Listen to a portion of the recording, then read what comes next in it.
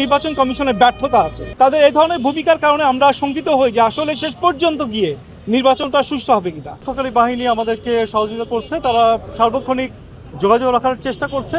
আমরা এখনো পর্যন্ত কোনো পক্ষপাতমূলক আচরণ দেখিনি, তবে নির্বাচন নিয়ে শঙ্কা আছে আমাদের মধ্যে এখনো পর্যন্ত, কারণ নির্বাচনী সে আমেজটা আমরা কেউ দেখছি না। জনগণের মধ্যেও স্বতঃস্ফূর্ততা নেই এবং যেই ধরনের নিউজ আমরা পাচ্ছি আমরা আসলে কিছুটা আতঙ্কের মধ্যে আছি যে নির্বাচনটা শেষ পর্যন্ত হবে কিনা। আপনারা জানেন যে বিভিন্ন সীমান্ত দিয়ে অস্ত্র আসছে, এটা নিয়ে প্রশাসন কি করছে আমরা জানি না। এবং 5 আগস্টের সময় যে থানাগুলো লুট হয়েছিল সেই থানার অস্ত্রগুলোও কিন্তু তারা উদ্ধার করতে ব্যর্থ হয়েছে। সো এখানে তো হাদি যেমন হত্যা হয়েছে, কয়েকদিন আগে দেখলাম আমরা যুবদলের একজন হত্যা হলো।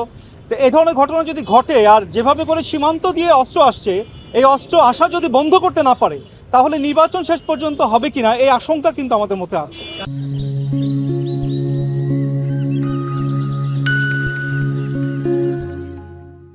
এটাই তো আসলে খুবই আমাদের জন্য আতঙ্কের জায়গাটা। বাংলাদেশের মানুষ তেমনি নিরাপত্তার সংখ্যায় আছে। আপনারা জানেন যে বিগত 15 মাস এই বাংলাদেশের মানুষ কিন্তু একেবারে নিরাপত্তার সংখ্যার মধ্যে আছে। প্রচুর হত্যাকাণ্ডের ঘটনা আমরা দেখেছি এবং মবের ঘটনা দেখেছি, যেটি কিনা খুবই দুঃখজনক ঘটনা। আর এজন্যই জাতীয় নির্বাচনটা হতে হবে, কারণ নির্বাচন যদি না হয় তাহলে স্টেবল কিন্তু হবে না আমাদের টোটাল বাংলাদেশের সিচুয়েশন।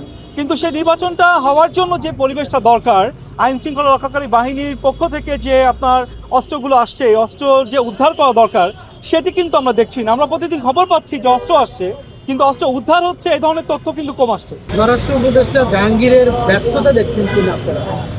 না, তিনি প্রথম থেকে ব্যর্থ, গত 15 মাস যাবৎ ব্যর্থ। আমরা আগেও বলেছি যে তার পদত্যাগ চাই এবং তার পদত্যাগের জন্য কিন্তু আমরা অনেকবারই কথা বলেছি। যাই হোক, সরকার এখনো পর্যন্ত তাকে রেখেছে, তার যে জায়গাটা সেই জায়গায় রেখেছে। আমরা চাই যে নির্বাচনটা সুষ্ঠুভাবে হয়ে যাক। যদি নির্বাচনটা সুষ্ঠুভাবে হয় তাহলে তো নতুন সরকার আসবে, সো তখন হয়তো বা দেশের পরিস্থিতি ভালো হবে। না, এখনো পর্যন্ত নির্বাচন কমিশনের কিছু বিষয় তো ইতিবাচক আছে, কিন্তু আবার কিছু বিষয় আমরা দেখেছি নেতিবাচক। যেমন আপনার যারা কিনা যৌথ নাগরিকত্ব আছে তাদের কিন্তু অনেককেই ছাড় দেওয়া হয়েছে। অনেক ঋণখেলাপিকে আমরা দেখেছি, ব্যাংক ঋণখেলাপিদেরকে দেখেছি, তাদেরকে ছাড় দেওয়া হয়েছে। তাহলে আসলে এই জায়গাটাতে কিন্তু নির্বাচন কমিশনের ব্যর্থতা আছে।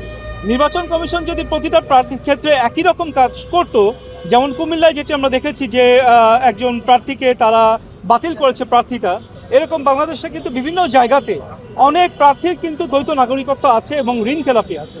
তো এই বিষয়গুলো নির্বাচন কমিশনের দেখা উচিত ছিল।